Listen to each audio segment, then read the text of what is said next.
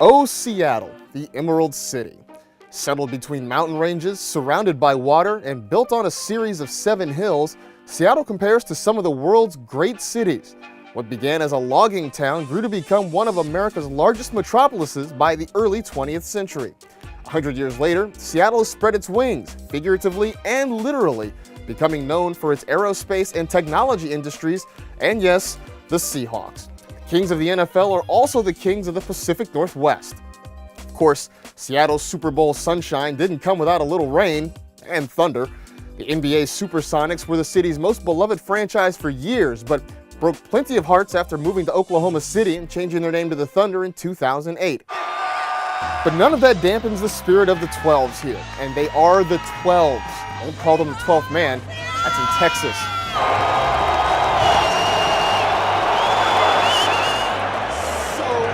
They roll strong in Seattle. The biggest NFL fans follow their teams everywhere. But before you play on the road, you need a game plan. That's where I come in. My name's Marcus Grant. This is The Hot Route. First morning in Seattle. It is drizzling, which it's good. Honestly, I think I'd feel cheated if we came here and it didn't rain. So, first order of business, where in this town can I get a cup of coffee? In a town known for coffee, it takes something special to stand out, which is what led me to Milstead & Company. Nestled in the shadow of the Aurora Bridge in Seattle's Fremont district, Milstead & Company is revolutionizing the daily caffeine fix. Trust me, this ain't your average cup of coffee. Good, man. Yeah, it's good to be here. All right, so I'm all about trying this Ethiopian coffee, rather. Let's go with the Wrecking Ball. Cool. And hanging out or taking it with you? We're hanging out. Cool. This isn't a traditional coffee shop and roaster relationship. Milstead blends beans from a wide variety of roasters, meaning you're not likely to ever have the same cup of joe twice. I mean, you're in Seattle. It's morning. What else are you gonna do? Go find yourself a good cup of coffee. We are here. This is how the day begins. We got in late last night from LA. I think I walked into my hotel room at 1:30 this morning. Oh. Yeah. Brutal, man. It's a good cup of coffee. Wow. Yeah. The reigning coffee king of the Northwest is Andrew Milstead. Coffee in Seattle seems to be a competitive business. What got you into this thing? Sure, yeah, that's a very true point. There's lots of coffee in the Seattle area. I started working coffee when I was young, working my way through college, and just fell in love with it. Why coffee in Seattle? Like, why? Right. What is it? You know? Right. I don't know, man. People say that it's the rain. You know, we get the 6, 7, 8 months of cloud cover and rain. And you need that little bit of caffeine to keep you going. But, so, yeah, are you a Seahawks fan by chance? You're not from, but you're. I grew up a Redskins fan. All right. Growing up in Maryland, grew up a Redskins fan. My dad is a diehard Redskins fan, and. But it's hard to not love the Seahawks in this town, man. Right. You know, Seattle loves their Seahawks. It's really hard not to catch on. When Hot Route continues, it's no way to live, man. Under a bridge, holding on to a Volkswagen. Just gotta get this dude a condo.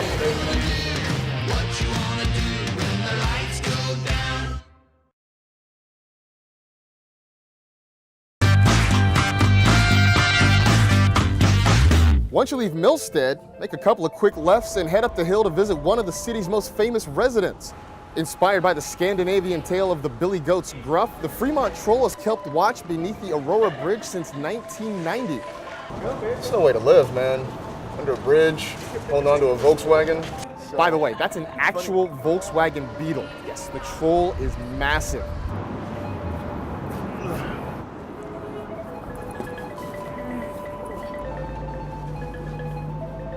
I also caught our first taste of Seahawk Mania, international style even. The 12s really are coming from everywhere. I came all the way from Norway for the game. To see the Seahawks, huh? Yep. Wow. A Norwegian Seahawks fan standing next to a troll. Okay then. My new pals are headed to Pike Place Market, which seems like a good idea, once I'm done trolling, of course. Pike Place Market is sensory overload. A kaleidoscope of colors collides with an array of savory, sweet, and spicy aromas. might be the only place in Seattle to stop and smell the roses while tasting the good life at the same time. Back in college, I had a summer job working a seafood counter at a grocery store. It looked nothing like this. This is a far cry from me stacking red snapper fillets. Although, I can still fillet a salmon. So in case this other gig doesn't work out for me, I can go back to cutting fish again. The market opened in 1907 and today is the ever-beating heart of the city. It's home to more than 200 vendors showcasing farm-fresh, locally sourced produce along with artisanal and specialty foods. They are fantastic. Enough nibbling. Seattle is more than seafood and coffee. Time to call a hot route and try a different slice of local cuisine. I called my friend Bob Stelton, who not only hosts a local sports talk radio show, but is also a Seattle native. We dropped into Belltown Pizza to chat about the Emerald City's sporting life. This is your city. You are a Seattle guy through and through. You don't just host a show here. I mean, the Mariners are still a big deal. The Sounders are a big deal. I mean, what was it like growing up here as a sports fan in Seattle? It was, when I was a kid, I was a Sonics fan first, and the Mariners and the Seahawks came here in the mid-'70s.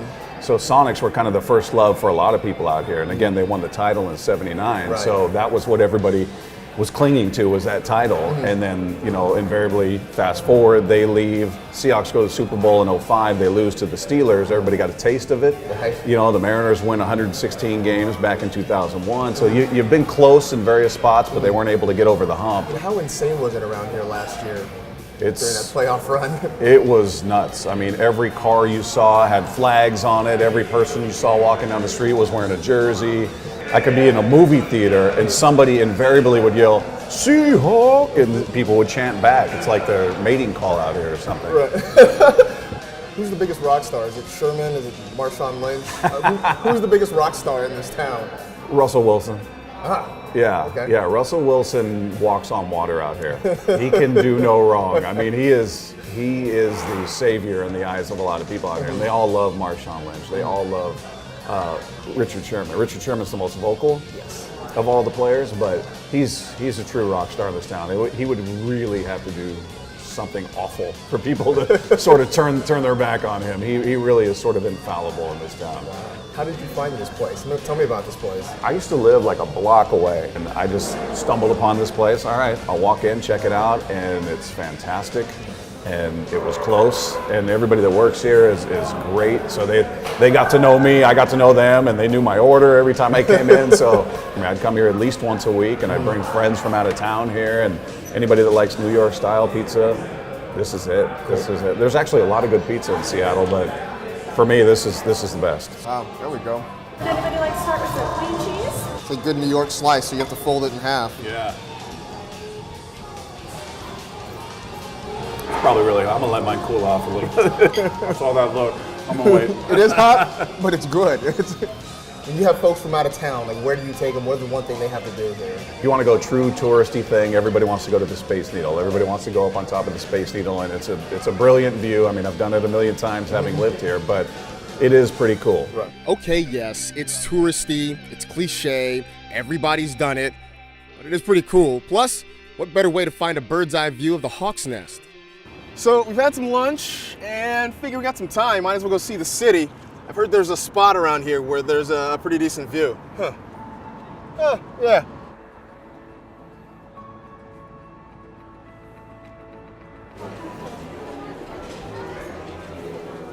Here we go. That's out of our total of 605 feet to the tip of the needle, which is 184 meters or 1,320 Milky Way candy bars tall. So here we are. I mean, we're at the top of Seattle, everybody.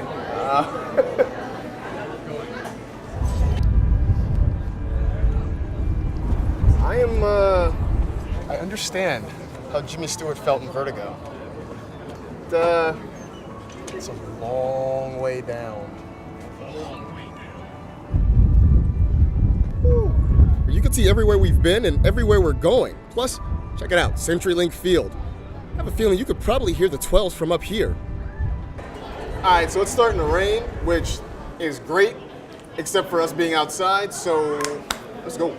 Tomorrow is game day and all the craziness that comes with it at CenturyLink Field. Although I would guess every Sunday around is probably kind of like this.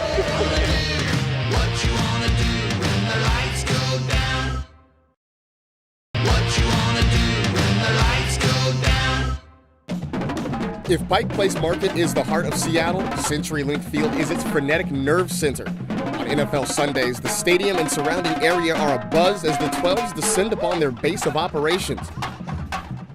Hanging out with the 12s on a Sunday, man. This is great. And it's a big game today. Rams in town, #1 seed on the line. Yeah, Hawks, see? They all know, Hawks.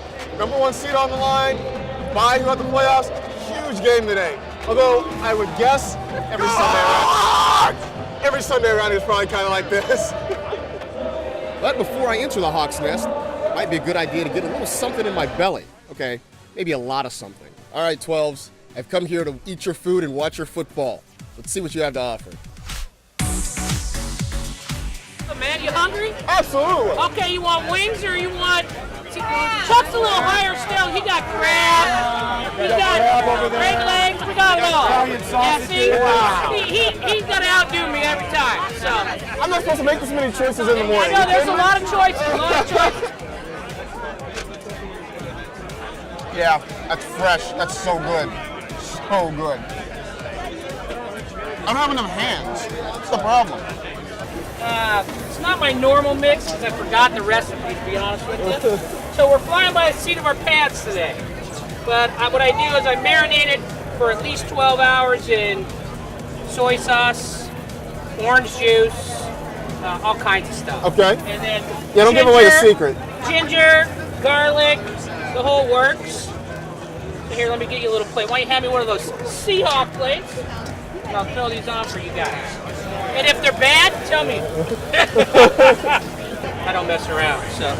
Oh, man, these look fantastic. All right, so here we are. Ian loaded me up with a plate of what they are steaming. These things are steaming hot. Let's just check these out.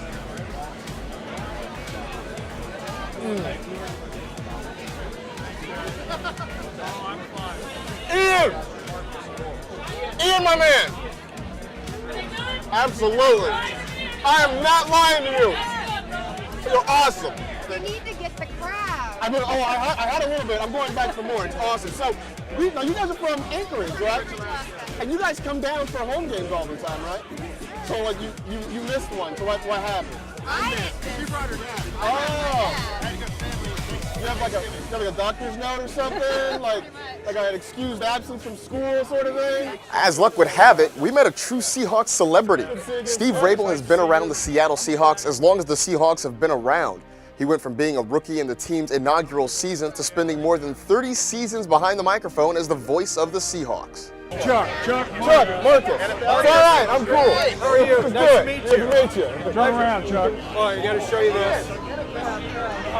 How about them apples? Absolutely. One and only. That is fantastic. The pregame festivities are over and it's time for the main event.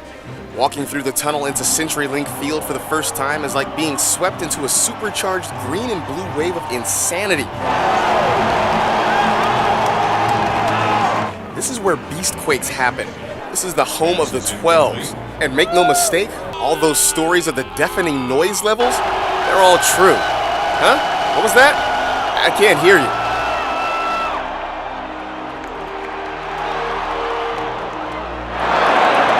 So loud. It's not a joke. This place is ridiculously loud. Inside handoff to Lynch. Stutter step. He is in. Touchdown! Seahawks!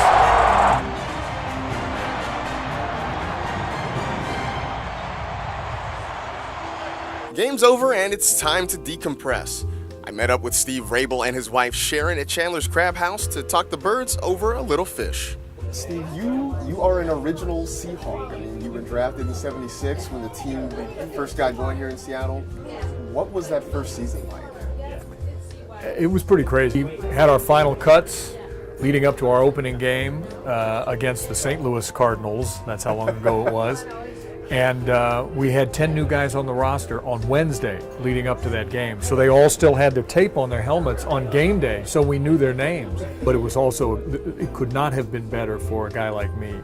And all of us young guys, the Zorns, Largent, Sherman Smiths, Sam McCullums, we all came together out here at a place that was crazy to have professional football. 78, you guys meet. Did you know who he was at the time? Well, no. I didn't know anything about football. Unfortunately, then I started to categorize football players as something that I probably wouldn't have anything in common with, but I was proven wrong. Okay, so I have to ask, as a guy who did some play-by-play, is kind of a nerd for that sort of thing, where did Holy Catfish come from? I don't know. Do you know where that came from? From you. Well, but I mean, Kentucky roots. Well, I guess that's where it did come from. I was. We don't have catfish up here. Well, that's true. I was born and raised in Kentucky, and then went to school at Georgia Tech. So if I had enough of that, I'd have a little twang start to come back. It just kind of popped out and it takes a really big play when you can't think of anything else to say, you know, and you can't curse as much as you'd like to. So Holy Catfish came out, and it's just sort of stuck. And have you seen the T-shirts? Yes.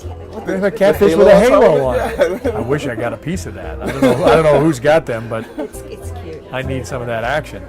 I mean, for you having played on that first Seahawks team, how special was it to not only see the Seahawks, but you got to call a Seahawks Super Bowl championship? I mean, that had to be incredible. It really was. To watch this team go from where they were to Super Bowl champs, and to be there able to call the game that night. It was pretty emotional for all of us. I mean, and bless their hearts, the Seahawks, to give us one of these, because I know guys who have broadcast Super Bowl championships for teams, and they've been their announcers a long time, and they did not get one of these. Steve, Sharon, it's been fantastic. Thanks so much for hanging out with us tonight. Now it's time to say goodbye. It's been a whirlwind couple of days. Game-changing cups of coffee, meeting Seahawks fans from far and wide, and being accepted as an honorary member of the 12s. It's been one hell of a weekend, Seattle. Let's run another hot route sometime soon.